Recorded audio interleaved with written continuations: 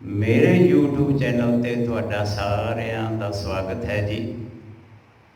आओ लड़ीवार विचार के तहत सुखमणी की विचार कर रहे हैं और समझण की कोशिश कर रहे हैं कि आत्मक सुख के राही इस शरीर को सुख किवें प्राप्त हो सकता है। और 6वें श्लोक के विच वेखो, क्योंकि केंद्री भाव एक है और 24 श्लोक ने, एक श्लोक के नाल 8 पदे ने। सो सतगुरु जी वेखो 6वें श्लोक विच कहंदे ने, पहला सब तो पहला अपनी अज्ञानता छड्ड, जिदे राही काम क्रोध और लोभ मोह ये तेरे अंदरों खत्म हो जाए। भाव तो इन्हां दे अधीन नहीं बल्कि ये तेरे अधीन हो के चलन, ते उहदे लई जरूरी है नानक प्रभ शरणार्थी, परमात्मा की शरण कर प्रसाद, ज्ञान की कृपा लै, गुरदेव वो दैवी गुणों को समझ। हुण वेखो दूसरे पदे विच अज सतगुरु जी सानू किहड़ी सिक्ख्या दे रहे ने उसनू समझण की कोशिश करते हैं। जय प्रसाद पाठ पटंबर हंडावै, तिसै त्याग कत अवर लोभावै। कहते सिखा वो दैवी गुण, वो गुरु के ज्ञान के राही परमात्मा के जिहड़े तैनूं गुण बख्शे ने ना, हुण पाठ पटंबर किते किहड़ा पहरावा, मन के पहरावे की गल है। जे मन चंगी सोच विच चल रहा है तो समझ तेरे मन दे विच आत्मक खेड़ा पैदा हो गया है, हुण हंडा रहा सोहना जीवन। ते सतगुरु जी कहते ने पर तिसै त्याग, तू उन्हां गुणां नूं त्याग कर रहा, उन्हां गुणां नूं वेख नहीं रहा, उन्हां गुणां दे नाल जीवन नहीं। अवर लुभाव है, किहड़े लोभ विच पै गए, किहड़े लालच विच पै गए। क्योंकि मन ही है ना गुरु के ज्ञान को समझ लैंदा और गुरु के ज्ञान के राही जीवन को जिउना शुरू कर देंदे ते आत्मक खेड़ा सी। पर होया कि गुणा का वो दैवी गुणा का, या ये कह लीए कि गुरु के ज्ञान का त्याग कर दिता, गुरु के ज्ञान को समझना ही नहीं किया।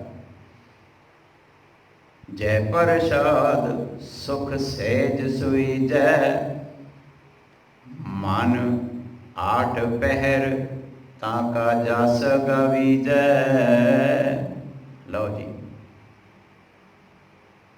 जिन्हां गुणां दे राही, जिन्हां गुणां नाल जीवन जिਉ के उहदी किरपा नाल तैनूं आत्मक जीवन सुख सेज सुईजै, आत्मक जीवन प्राप्त होना सी। मन का खेड़ा मिल जाना सी, मन ने टिकाओ प्राप्त कर लेना सी, जिस टिकाओ के खातर असी थां थां ते भजे फिरते हैं। तो सतगुरु जी कहते हैं ये नहीं कि तू गुरुद्वारे गया तो बस वही समा तेरे लिए सुहावा है। सतगुरु जी कहते हैं 8 पैर, मन 8 पैर का मतलब है हर वेले, क्योंकि मन टिक गया फिर दिन होवे रात होवे, घर होवे गुरुद्वारा होवे, बाहर होवे काम होवे, किते भी होवे जस गावीज है। जस का मतलब कि परमात्मा के सिद्धांत के अनुसार जीवन चल रहे, आत्मक खेड़ा नहीं टुरदा, रूहानियत जीवन के विच जीवन को जिया जा रहा है। जय प्रसाद तुझ सब को मानै, मुख ताको जस रसन बखाणै। लो जी, कहते उन्हां गुणां दे किरपा कदों होंदी गुणां दी, जदों मैं गुणां दे नाल जीवन जिउ रहा तो गुणां दा वेखो आनंद भी प्राप्त हो रहा है ना। जे मैं गुणां दे अनुसार जीवन ही नहीं जिउ रहा तो गुणां दी कृपा किवें होवेगी। भाव मैं दुध पीवांगा तो दुध की कृपा होगी, दुध अपने जिहड़े विटामिन ने वो मेरे अंदर सुटेगा।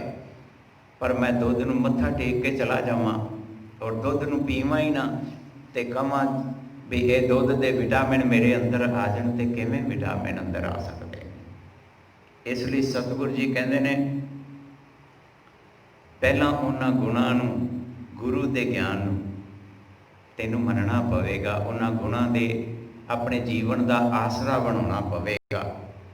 ਮੁਖ ਤਾਂ ਹੋ, ਮੁਖ ਦਾ ਮਤਲਬ ਹੈ ਸਰੀਰ, ਕਿਉਂਕਿ ਸਰੀਰ ਦੇ ਰਾਹੀਂ ਅਸੀਂ ਸਾਰੇ ਕਰਮ ਕਰਦੇ ਨਾ। ਸਾਹਮਣੇ ਦੇਖੀ ਹੋਈ ਚੀਜ਼ ਨੂੰ ਅਸੀਂ ਬੜੀ ਛੇਤੀ ਪ੍ਰਵਾਨ ਕਰ ਲੈਂਦੇ ਹਾਂ, ਸੁਣੀ ਹੋਈ ਚੀਜ਼ ਨੂੰ ਅਸੀਂ ਓਨਾ ਚਿਰ ਯਕੀਨ ਨਹੀਂ ਕਰਦੇ ਜਿੰਨਾ ਚਿਰ ਸਾਹਮਣੇ ਦੇਖ ਨਾ ਲਈਏ।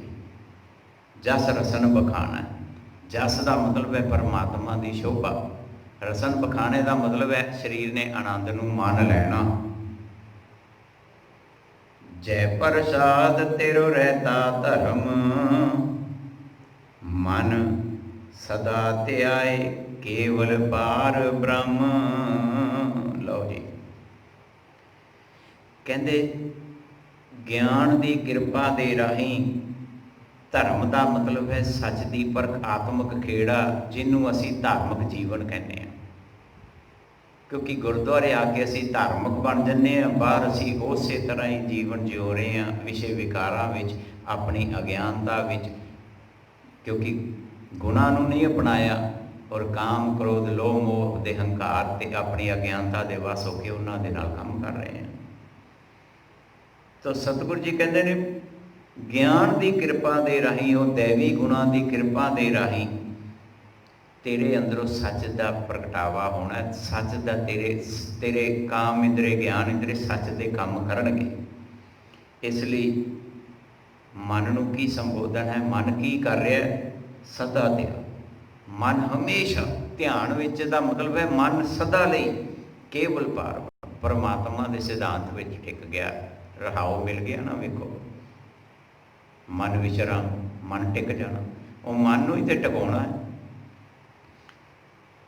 ਪ੍ਰਭ ਜੀ ਜਪਤ ਦਰਗਾ ਮਾਨ ਪਾਵੈ,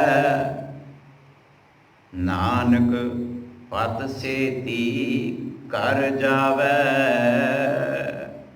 ਲਓ ਜੀ, ਕਹਿੰਦੇ ਪਰਮਾਤਮਾ ਦੀ ਸਮਝ, ਪ੍ਰਭ ਜੀ ਜਪਤ, ਪਰਮਾਤਮਾ ਦੀ ਸਮਝ ਮਿਲ ਗਈ। ਦਰਗਾਹ ਮਾਂ, ਦਰਗਾਹ ਕੀ? ਸੰਸਾਰ, ਸੰਸਾਰ ਦੇ ਵਿੱਚ ਮਨ ਪ੍ਰਾਪਤ ਹੋ ਗਿਆ। ਹੁਣ ਇੱਥੇ ਮਨ ਦੀ ਗੱਲ ਹੋ ਰਹੀ ਹੈ।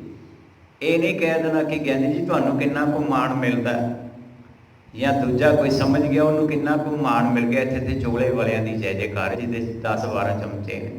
ਪਿਆਰ ਵਾਲਿਓ, ਗੱਲ ਹੋ ਰਹੀ ਮਨ ਦੇ ਟਿਕਾਓ ਦੀ। ਮਨ ਟਿਕ ਗਿਆ ਨਾ।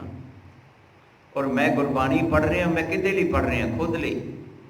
ਜੇ ਮੈਂ ਕਹਾਂ ਕਿ ਮੈਂ ਤੁਹਾਡੇ ਲਈ ਗੁਰਬਾਣੀ ਪੜ੍ਹ ਰਿਹਾ, ਤੇ ਇਸ ਤੋਂ ਵੱਡਾ ਹੋਰ ਝੂਠ ਕੀ ਹੋਵੇਗਾ? ਫਿਰ ਤੇ ਅਸੀਂ ਵੀ ਲੋਗਣ ਰਾਮ ਖਿਲਾਉਣਾ ਜਾਣਾ, ਉਹੀ ਅਵਸਥਾ ਹੋ ਗਈ ਨਾ ਕਿ ਪਰਮਾਤਮਾ ਨੂੰ ਖਿਡੌਣਾ ਸਮਝ ਕੇ ਤੁਹਾਨੂੰ ਵੇਚ ਰਹੇ ਹਾਂ ਤੇ ਖੁਦ ਖੇਡ ਰਹੇ ਹਾਂ। ਪਿਆਰ ਵਾਲਿਓ, ਇਹੀ ਚੀਜ਼ ਨੂੰ ਦੇਖੋ ਸਮਝਣਾ ਪਵੇਗਾ ਗੁਰਬਾਣੀ ਦੇ ਵਿੱਚੋਂ। ਮਨ ਨੇ ਗੁਰੂ ਦੇ ਗਿਆਨ ਨੂੰ ਸਮਝ ਲਿਆ ਤੇ ਸੰਸਾਰ ਵਿੱਚ ਮਾਨ ਪ੍ਰਾਪਤ ਕਰ ਲਿਆ। ਹੁਣ ਮਨ ਰਾਜਾ ਸੁਲਤਾਨ, ਮਨ ਤੇ ਰਾਜਾ ਬਣ ਗਿਆ। ਹੁਣ ਕੋਈ ਤ੍ਰਿਸ਼ਨਾਵਾਂ ਦੀ ਅੱਗ ਨਹੀਂ, ਕੋਈ ਕਾਮਨਾਵਾਂ ਦੀ ਅੱਗ ਨਹੀਂ, ਕੋਈ ਵਾਸਨਾ ਦੀ ਅੱਗ ਨਹੀਂ। ਤੇ ਨਾਨਕ ਸਾਹਿਬ ਜੀ ਕਹਿੰਦੇ ਨੇ ਪਤ ਛੇਤੀ ਕਰ ਜਾਵੇ। ਹੁਣ ਘਰ ਕੀ ਹੈ? ਅੰਦਰ ਗੱਲ ਉਹੀ ਗੱਲ 'ਚ ਚੱਲੀ ਨਾ ਪਹਿਲਾਂ ਹੀ, ਸਰੀਰ ਦੀ। ਹੁਣ ਉਹ ਗਿਆਨ ਅੰਦਰ ਚਲਾ ਗਿਆ। ਨਾਨਕ ਸਾਹਿਬ ਜੀ ਕਹਿੰਦੇ ਨੇ ਤੈਨੂੰ ਆਤਮਿਕ ਖੇੜਾ ਮਿਲ ਗਿਆ, ਮਨ ਟਿਕ ਜਾਵੇਗਾ। ਤੇ ਉਸ ਦੈਵੀ ਗੁਣਾਂ ਨੂੰ ਕਿਉਂ ਨਹੀਂ ਆਪਣੇ ਜੀਵਨ ਦਾ ਆਧਾਰ ਬਣਾਉਂਦਾ? ਉਹ ਦੈਵੀ ਗੁਣਾਂ ਦੇ ਅਨੁਸਾਰ ਜੀਵਨ ਨੂੰ ਕਿਉਂ ਨਹੀਂ ਜਿਉਂਦਾ? ਔਰ ਦੂਸਰੇ ਪਦੇ ਵਿੱਚ ਸਾਫ ਲਫ਼ਜ਼ਾਂ ਵਿੱਚ ਸਤਿਗੁਰੂ ਜੀ ਇੱਕ ਸਿੱਖ ਨੂੰ ਇਸ ਪਰਿਭਾਸ਼ਾ ਦੇ ਰਹੇ ਨੇ, ਸਿੱਖਿਆ ਦੇ ਰਹੇ ਨੇ। ਸਿੱਖਾ, ਗੁਰੂ ਦੇ ਗਿਆਨ ਦੇ ਰਾਹੀਂ ਜਿਹੜੇ ਤੈਨੂੰ ਦੈਵੀ ਗੁਣ ਪ੍ਰਾਪਤ ਹੋ ਰਹੇ ਨੇ ਨਾ, ਉਹਨਾਂ ਗੁਣਾਂ ਨੂੰ ਆਪਣੇ ਜੀਵਨ ਦਾ ਆਸਰਾ ਬਣਾ ਲੈ। ਉਹਨਾਂ ਗੁਣਾਂ ਦੇ ਨਾਲ ਜੀਵਨ ਨੂੰ ਜਿਉਣਾ ਸ਼ੁਰੂ ਕਰ ਦੇ, ਤੇਰਾ ਮਨ ਟਿਕ ਜਾਵੇਗਾ।